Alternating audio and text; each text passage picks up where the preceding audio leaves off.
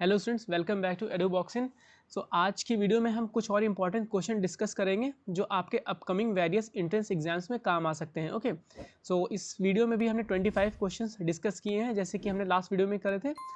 हम देख लेते हैं question number 1। Okay, the book why I am atheist belongs to which freedom fighter. ठीक है, ये बुक जो है किसको बिलोंग करती है? चार ऑप्शन है, चंद्रशेखर आज़ाद, सुभाष चंद्र बोस, खुदीराम बोस एंड भगत सिंह।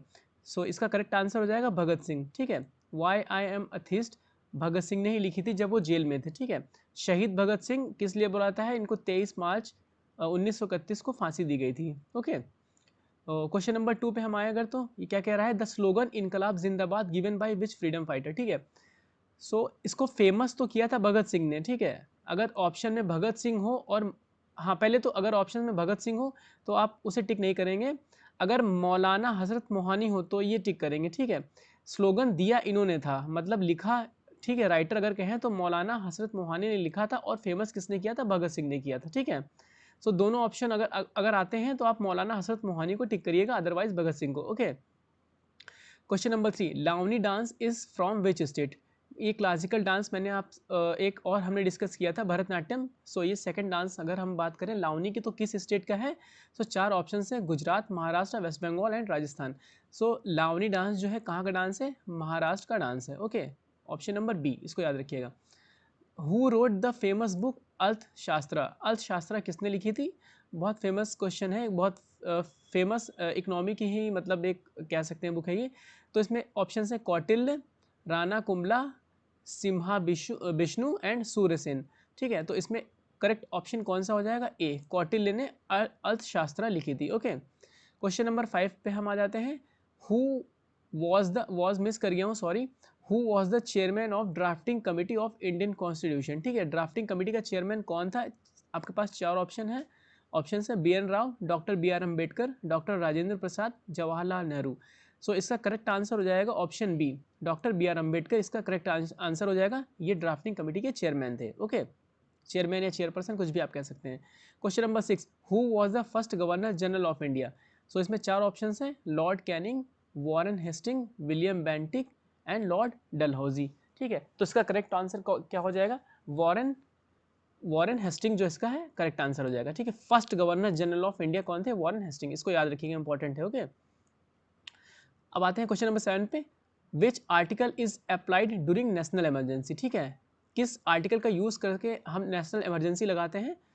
तो क्या है उसका आर्टिकल? करेक्ट ऑप्शन क्या है? ऑप्शन बी, आर्टिकल 325 का यूज, सॉरी आर्टिकल 352 का यूज करके हम नेशनल इमरजेंसी लगाते हैं। ठीक है, अब हम अगर बात करें तो आर्टिकल 356 की, ये भी जो है उसका है प्रेसिडेंट रूल का है।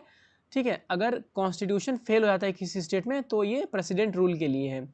360 जो है, आर्टिकल 360 है, याद रखिएगा, कंफ्यूज मत होइएगा। ठीक है, आर्टिकल 360 किसके लिए? फाइनेंशियल इमरजेंसी, जो कि इंडिया में आज तक कभी नहीं लगी है। ठीक है, और 360 की बात करें तो ये भी स्टेट इमरजेंसी प्रेसिडेंट रूल की बात करता है, लेकिन किस केस में करता है? अगर कोई स्टेट सेंटर के डायरेक्शंस नहीं फॉलो करता है तो प्रेसिडेंट वहाँ पर इमरजेंसी लगा सकता है या प्रेसिडेंट रूल लगा सकता है। ओके, 365 एंड 356 दोनों प्रेसिडेंट रूल के लिए हैं। बस डिफरेंस क्या है कि 356 तब लगेगा जब कॉन्स्टिट्यूशन फेल हो जाएगा उस स्टेट में, और 365 कब लगाएंगे? जब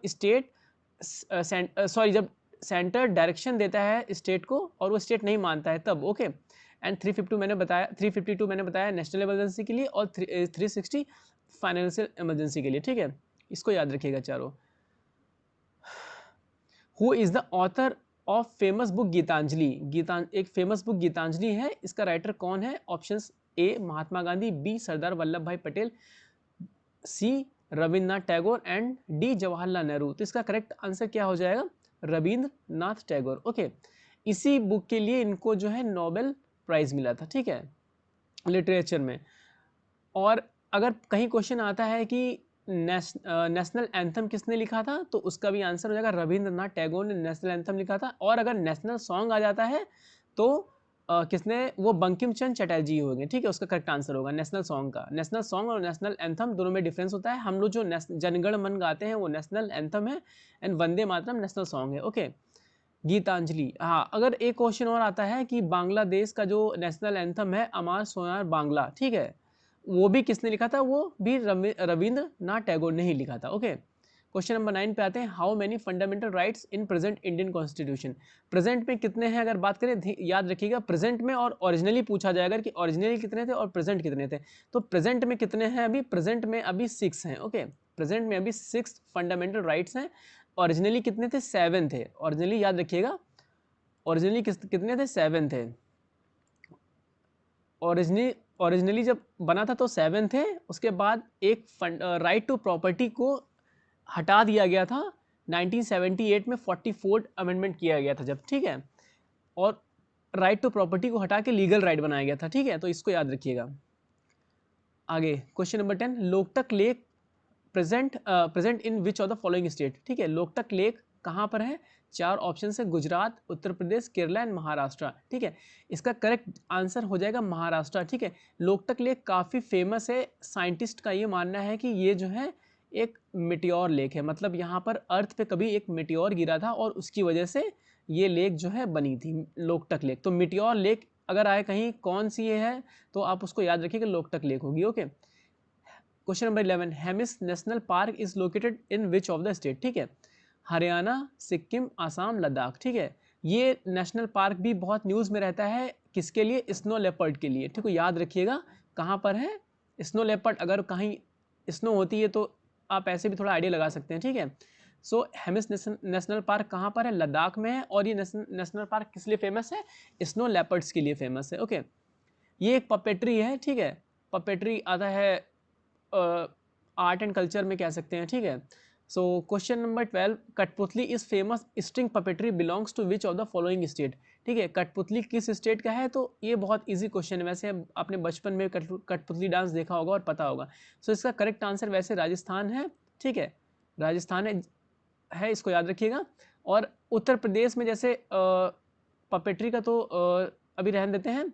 उत्तर प्रदेश में जैसे नौटंकी जो होता है क्लासिकल थिएटर में आता है, ठीक है। नौटंकी अगर आए कि नौटंकी किस स्टेट का क्लासिकल वो थिएटर है, थिएटर ड्रामा कहेंगे तो उत्तर प्रदेश का हो जाएगा, ठीक है। ऐसे ही महाराष्ट्र का है, उसे क्या बोलते हैं? तमाशा, जैसे तमाशा कहते हैं, थिएटर आर्ट है महाराष्ट्र का। Okay, question number 13, which Indian city is also known as the city of festivals? ठीक है, इंडिया की कौन सी सिटी है जो जिसे हम सिटी ऑफ फेस्टिवल के नाम से जानते हैं? ठीक है, तो इसमें वृंदावन, काशी, मदुरई, जयपुर, ठीक है। तो इसका करेक्ट आंसर जो है मदुरई हो जाएगा, ठीक है। मदुरई कि कहाँ की सिटी है? तमिलनाडु की सिटी है। यहाँ बहुत फेस्टिवल होते हैं, हर महीने कोई ना कोई फेस्टिवल होता रहता है और मल्टीपल डेज के लिए होता है, तो उस वजह से हम जो है सिटी ऑफ फेस्टिवल मदुरई को जानते हैं, ठीक है, इसको याद रखिएगा। द फेमस 64 योगिनी टेम्पल किस स्टेट में है? देखिए ये टेम्पल भी काफ़ी न्यूज़ में रहता है क्योंकि हमारी ओल्ड पार्लियामेंट का जो स्ट्रक्चर बना हुआ है वो इसी टेम्पल के बेसिस से बना हुआ है, ठीक है। आप गूगल करिएगा, एक 64 योगिनी टेम्पल, आपको स्ट्रक्चर दिख जाएगा, वो गोल सा पार्लियामेंट जैसा ही और वहीं से उसका कॉपी किया गया है। तो किस स्टेट में है वो? मध्य प्रदेश स्टेट में है ये टेम्पल।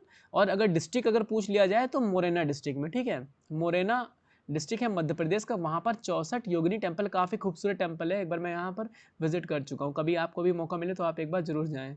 ओके, सो आगे question number 15, who design Indian national flag? ठीक है, वैसे इंडियन नेशनल फ्लैग बहुत बार मॉडिफाई हो चुका है, पहले और कुछ था, उसके बाद काफ़ी सारे अपडेट्स आए, लेकिन फर्स्ट इंडियन नेशनल फ्लैग जो डिज़ाइन किया था किसने किया था?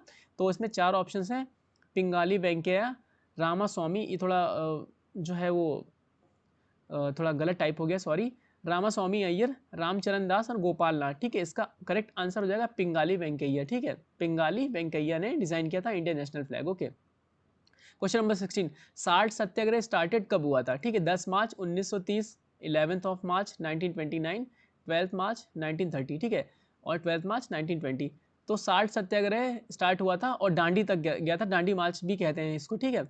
सो इसका ऑप्शन जो सी करेक्ट हो जाएगा, 12 मार्च 1930 को सॉल्ट सत्याग्रह स्टार्ट हुआ था। ओके, इसको याद रखिए, किसने स्टार्ट किया था? Led by Mahatma Gandhi. Okay, question number 17, who gave title Mahatma to Gandhi? Gandhi को महात्मा का टाइटल किसने दिया था? 4 ऑप्शन है, भगत सिंह, मोतीलाल नेहरू, जवाहरलाल नेहरू एंड सुभाष चंद्र बोस। तो किसने दिया था महात्मा का टाइटल इनको? सुभाष चंद्र बोस जी ने दिया था। ओके, ये भी याद रखिएगा, इंपॉर्टेंट है ये, Subhash Chandra Bose. Okay, question number 18, who is known as the nightingale of India. Nightingale of India किसे कहते हैं हम? Mother Teresa, Rani Laxmibai, Sarojini Naidu and Savitri Bai फुले।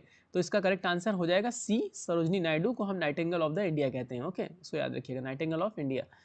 अगर ये टीचर की, ये सावित्री बाई फुले कौन था, इसके बारे में बात करें तो ये first women teacher of India. ठीक है, ये तो हाँ नेक्स्ट क्वेश्चन है, इस पर हम बात कर लेंगे। बचपन का नाम रानी लक्ष्मीबाई का अगर पूछे तो मनु इनका था, बचपन का नाम रानी लक्ष्मीबाई का। ठीक है, क्वेश्चन नंबर 19, हाँ इसी पे आ गया, सावित्री बाई फुले पे। ठीक है, who was the first women teacher of India, तो कौन था? सावित्री बाई फुले, इसका करेक्ट आंसर हो जाएगा। ठीक है, इसको याद रखिएगा, सावित्री बाई फुले। Question number 20, who is the Asia's first women loco pilot. India की नहीं, एशिया की फर्स्ट लोको पायलट कौन है? प्रतिमा सिंह, सुरेखा यादव, आनंदी पटेल, अपर्णा गंगवार। ठीक है, सो इसका करेक्ट आंसर हो जाएगा सुरेखा यादव। ठीक है, सुरेखा यादव फर्स्ट इंडिया और एशिया की वुमेन लोको पायलट हैं। ओके, इसको याद रखिएगा। कौन सी ट्रेन, किस ट्रेन की अगर पूछा जाए तो वंदे भारत एक्सप्रेस की ये पायलट हैं। Okay, loco pilot. Question number 21, Nokia company belongs to which country. ठीक है, फेमस नोकिया मोबाइल की कंपनी आपने सुनी होगी। ठीक है, नोकिया ये किस कंपनी की है? Option A Japan, B Korea, C Finland, D USA. तो कहाँ की है? फिनलैंड की है। ओके, फिनलैंड की है। और अगर बाकी पूछी जाए कोई और कंपनी, जैसे कोरिया की कंपनी कौन सी है? सैमसंग, सैमसंग कोरिया की कंपनी। ठीक है, कोरियन कंपनी है सैमसंग। एंड यूएसए की तो एप्पल, जो एप्पल फोन्स होते हैं वो। ठीक है, आईफोन्स, आईपैड्स जो भी आते हैं वो यूएस की कंपनी है, एप्पल की। ठीक है, question number 22, who is the CEO of YouTube, who is the chief executive officer of YouTube. अभी नया अपॉइंट हुए हैं, ये नया अपॉइंट हुए हैं। तो आपको सुंदर पिचाई के बारे में पता है, गूगल के हैं। मार्क जकरबर्ग पता है, फेसबुक के हैं, फाउंडर हैं। और एलोन मस्क इन्होंने भी ट्विटर परचेज किया है, तो काफ़ी न्यूज़ में थे। सो इसका करेक्ट आंसर हो जाएगा सीईओ यूट्यूब कौन है? नील मोहन, ये भी नए अपॉइंट हुए हैं। ओके, मार्क जुकरबर्ग जो है ये इन्होंने अभी इंस्टाग्राम भी परचेज़ किया है, व्हाट्सएप भी परचेज़ किया है और फेसबुक के फाउंडर रहे हैं ये। एलॉन मस्क जो है टेस्ला के फाउंडर हैं और स्पेस एक्स जो एक स्पेस एजेंसी है, प्राइवेट एजेंसी यूएस की। ओके, उसके हैं एलॉन मस्क। ठीक है, question number 23, who is present RBI governor. ठीक है, प्रेजेंट आरबीआई गवर्नर कौन है? तो इसका करेक्ट आंसर हो जाएगा शक्ति कांता दास। ठीक है, याद रखिएगा, इंपॉर्टेंट है ये, शक्ति कांता दास। और अब अगर ये अमिताभ कांत की बात करी जाए तो ये किसके सीईओ थे? ये थे नीति आयोग के। ठीक है, question number 24, where is the headquarter of RBI. RBI का हेडक्वार्टर कहाँ है? ये भी थोड़ा इंपॉर्टेंट है, याद रखिएगा। तो मुंबई, दिल्ली, कोलकाता, चेन्नई, इसका करेक्ट ऑप्शन हो जाएगा मुंबई। ठीक है, आरबीआई का हेडक्वार्टर कहाँ पर है? मुंबई में। Okay, 25 and last question, smallest union territory of India. ठीक है, इसमें Lakshadweep, Andaman and Nicobar, islands, Ladakh and Puducherry. ठीक है, तो इसका करेक्ट आंसर कौन सा हो जाएगा? इसका करेक्ट आंसर हो जाएगा ए, सबसे छोटी जो यूनियन टेरिटरी है लक्षद्वीप है। ठीक है, सो आज के लिए इतने ही क्वेश्चंस रखते हैं। ठीक है, नेक्स्ट क्वेश्चन में, नेक्स्ट वीडियो में हम और भी इंपॉर्टेंट क्वेश्चन के बारे में बात करेंगे। ठीक है, सो वीडियो एंड तक देखने के लिए थैंक यू। एंड अगर वीडियो अच्छी लगी हो तो वीडियो लाइक करें, चैनल सब्सक्राइब करें। Thank you.